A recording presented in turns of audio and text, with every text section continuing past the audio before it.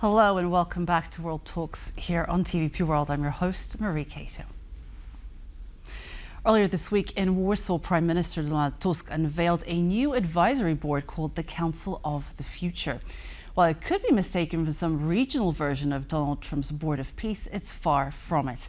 This body will focus on accelerating Poland's development, critical sectors, boosting the country's innovation potential and economic growth. To tell us more about the government's strategy behind it, we are joined by one of the members of the council, Professor Aleksandra Przegalińska, Vice Rector at Kozminski University here in Warsaw and a leading AI expert. Hello, and thank you so much for being with us this evening. I'm very happy to be here. Thank you for the invitation. So let's start with a little context for our viewers. Do tell us about the Council of the Future and how it fits into this year's government strategy.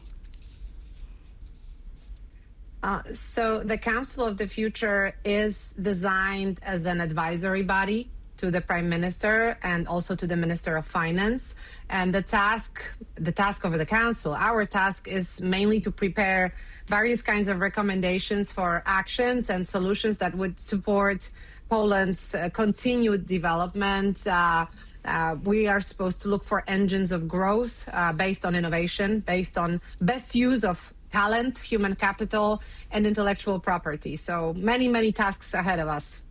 So you joined a select group of academics, business leaders, technologists. You are tasked with shaping Poland's 2026 development strategy. What do you think as a group, and you yourself as well, what do you think are the priorities in light of the global tensions that Poland faces at the moment? Well, so I think that we are in a very interesting moment in Poland. We recently joined the G20, and economically we are quite prosperous. We are doing very well. But I think that when you look at a macro scale and maybe the global race, I think Poland's sort of simple growth reserves are actually being exhausted as we speak, right? And in the future, we cannot focus on, what has brought us here to this really excellent position. But we have to, as I said prior, really launch new engines of growth that would depend more on technology, particularly emerging technologies, deep tech, biotech, artificial intelligence, cybersecurity. We have to focus on the boost of productivity and sort of creation of added value from all these pathways. So I think that the council itself is very horizontal. It has a mandate that is horizontal, and we are supposed to take a look at a long-term perspective, but really also maybe identify some bottlenecks in this growth, right, that prohibit us from moving to the next level. Because as I said before, I think we've been on a certain pathway towards growth. We were very successful at it, but we now have to move to the next threshold. So we've been talking a lot about the success and the potential. There's growing momentum, but what would you say are the challenges right now? Well, there are plenty of challenges, and I think the composition of this council really is an excellent one when you think about them. Many of us are researchers. We work in the academia. There are also members of the startup community, the VC funds, the broader innovation community. But I think in the academia in particular, we see certain pains that prevent us from growing. And here I think about, creating products out of innovation, shortening the pathway from research to products and solutions, right? That would allow for better commercialization of our, of our thoughts, of our research work. And I think we have to remove many barriers here, regulatory barriers, but also foster a certain culture of innovation that would allow us to compete more effectively in the future. I think we need more incentives, right, for reinvesting, for instance, capital and know-how in domestic technology. And here, obviously, we focus mostly on Poland, but we also think about broader contribution to Europe, because as we all know, geopolitically, Europe now also has expressed certain ambitions. It speaks quite a lot about technological sovereignty and less dependence on, say, China or the US. You can compare that with recent statements statements of the Prime Minister Meloni of Italy, who said exactly that. And I think many European countries feel, a change of atmosphere, I would say, geopolitically, broadly speaking. And they know that they have to brace themselves for a technological future where they can allow themselves to be more sovereign, where they have a plan B that is not just focused on dependence. And I think this council is supposed to help in thinking exactly in that direction. Well, in tune with that, earlier this evening, Adam Szłapka, the Polish government spokesperson, he tweeted about Polish companies producing European satellites, the equivalent IRIS-2, so the answer to Europe's Starlink, and producing new satellites actually in Poland. What does this tell us about Poland's progress towards technological sovereignty? Well, I think we have many promising initiatives that the Council should also support in sort of observing and helping out in the future. We certainly need a lot of strengthening when it comes to cooperation between science and business. That's the part where we have not succeeded all that much. I think for the past 2 decades or so, here we see or identify plenty of bottlenecks.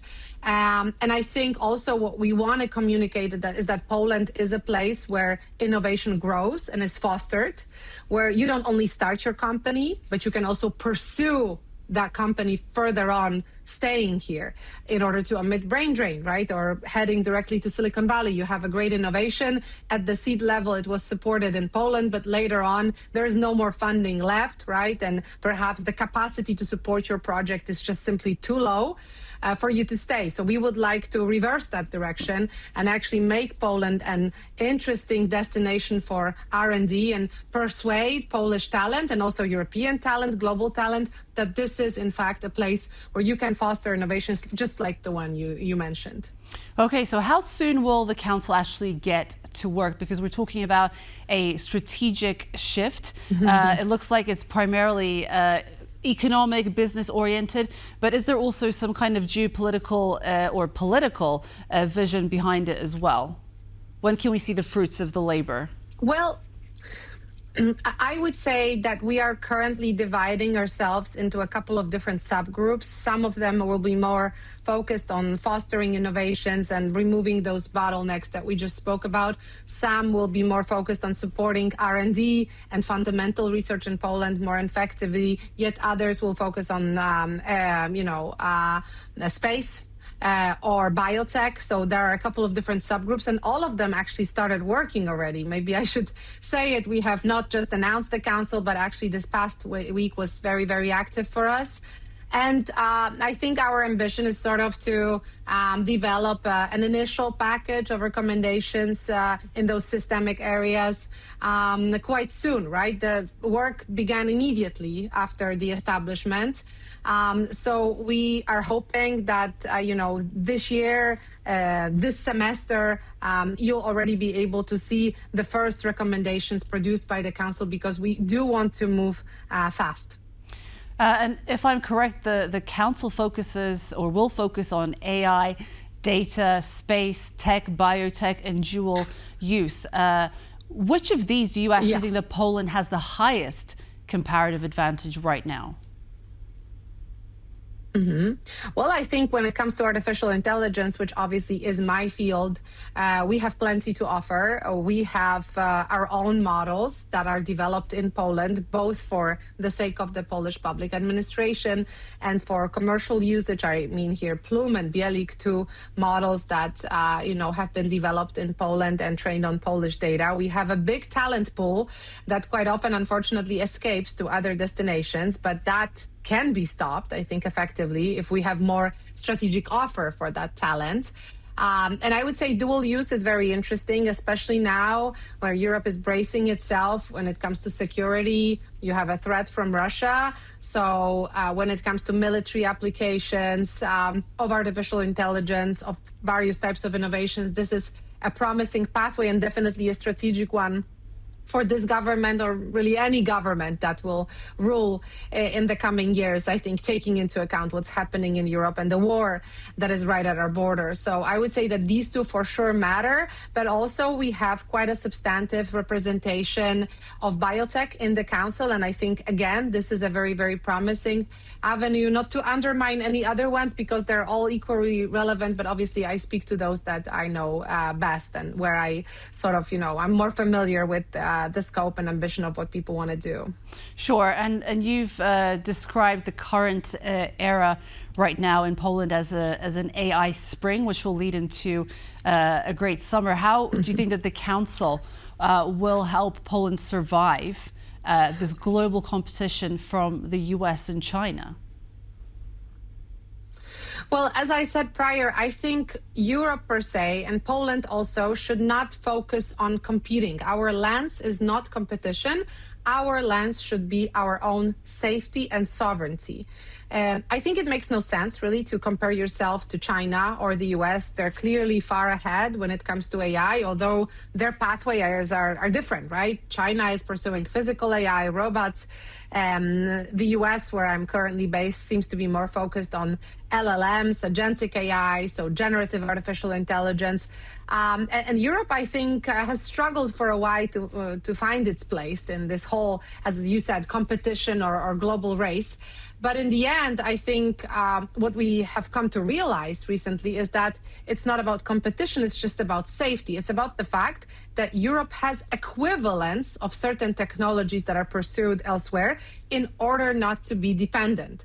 So even if we are a bit behind, it still makes perfect sense to finance infrastructure, to finance data centers, to finance the development of foundational models in artificial intelligence here in Poland, because we just simply have to be safe.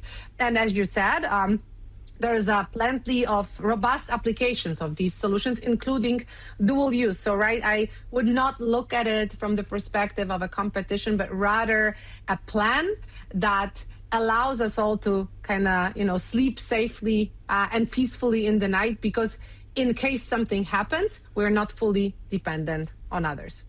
Okay, wonderful. Professor Aleksandra Przegalińska, Vice Rector of Kozminski University and a member of the Council of the Future. Thank you so much for being with us. Thank you.